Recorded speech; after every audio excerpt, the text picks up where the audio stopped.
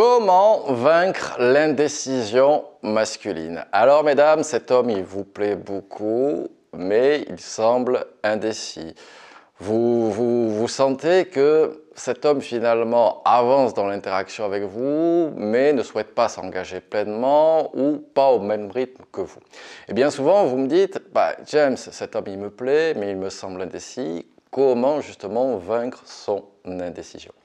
Avant d'aller plus loin, je vous propose de vous abonner à ma chaîne, comme ça vous recevrez toutes mes vidéos, et de mettre le petit pouce en l'air qui fait toujours plaisir. Alors, pour vaincre l'indécision masculine, il va y avoir trois critères, trois conditions à prendre en compte. Le premier, ça va être le niveau d'intérêt. Alors, mesdames, le niveau d'intérêt que vous avez et que cet homme vous porte. Parce que bien souvent, vous ne vous rendez pas compte. Alors, cet homme vous procure beaucoup d'émotions positives, mais finalement, c'est vous qui êtes très rapide en termes d'investissement émotionnel et ce n'est pas cet homme qui est lent. Donc là, c'est à vous de voir si ce n'est pas vous qui vous emballez émotionnellement, on va dire toute seule. Finalement, vous avez fait 3, 4, 5 rendez-vous, tout se passe bien, cet homme est dans une bonne dynamique, mais c'est vous qui êtes déjà amoureuse, entre guillemets, et cet homme est juste encore dans la phase de séduction. Donc ça, c'est très important parce que si vous avez un niveau d'intérêt trop élevé par rapport à cet homme, finalement vous allez devenir vecteur de stress. Finalement, ce qu'il va faire, c'est plutôt prendre la fuite plutôt que de se rapprocher, puisque vous allez lui mettre la pression avec vos sentiments. Ce que vous ne comprenez pas, c'est pas vos sentiments la problématique, c'est qu'il ne peut pas y répondre positivement au moment où vous lui donnez. C'est ça que vous ne comprenez pas. Ce qui m'amène à la deuxième condition qui est très importante, c'est le rythme. Vous avez un rythme, mesdames. Vous êtes certain que c'est peut-être l'homme de votre vie, que c'est votre âme sœur unique.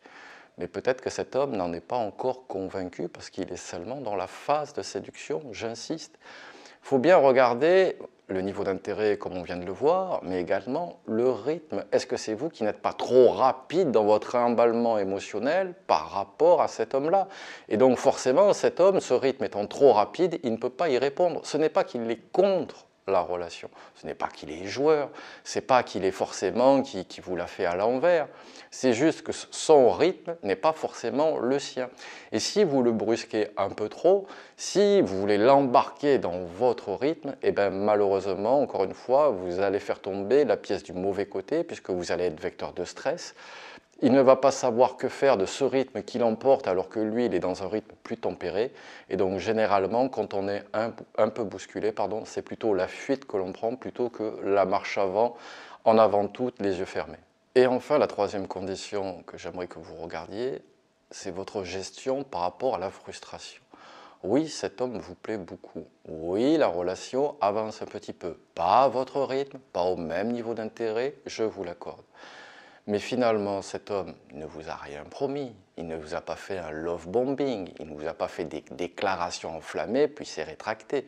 C'est vous qui voulez quelque chose que pour le moment, il ne peut pas vous offrir. Ça ne veut pas dire... Bien souvent, on pensait que l'amour, c'est on-off, c'est 0 ou 1. Non, c'est une échelle. Alors, vous la mettez sur 100, sur 10, sur 20, sur ce que vous voulez. Mais peut-être que lui, il est juste à 6, 7 sur 10, ce qui est déjà très bien. Et peut-être que vous, malheureusement, vous êtes à 9 ou 10.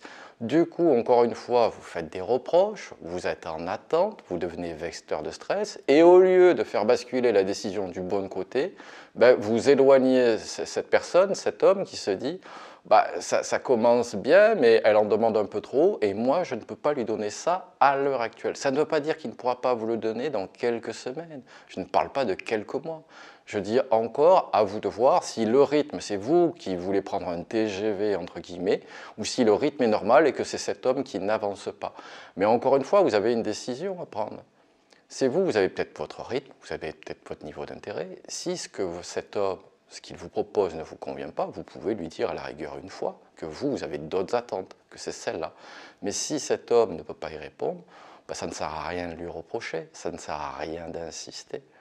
Donc là, vous devez bien comprendre que c'est soit vous devez baisser votre rythme, baisser votre niveau d'intérêt pour que justement ce rythme soit en concordance avec votre partenaire, soit prendre la décision que effectivement cet homme ne pourra pas répondre à vos attentes, que ce soit maintenant ou à l'avenir. Ainsi, plutôt que de parler du rythme, que vous attendez plus de je t'aime, plus d'investissement, etc., soyez force de proposition pour relancer la complicité, ou maintenir cette complicité, ou au contraire qu'elle se développe dans un terreau fertile, autour d'activités, autour de moments de plaisir, de partage, de bonheur. C'est comme ça que l'on s'investit dans une relation, et non pas lorsqu'on nous pousse, non pas lorsqu'on limite, je ne dis pas que vous menacez, mais non pas lorsque vous mettez des ultimatums ou que vous mettez la pression. Lorsque généralement on vous propose de signer vite, vite, vite, vite, c'est que généralement c'est qu'il y a une escroquerie derrière, et cet homme inconsciemment, c'est peut-être ce qu'il se dit. C'est si vous êtes trop pressé, c'est peut-être qu'il y a anguille sous roche.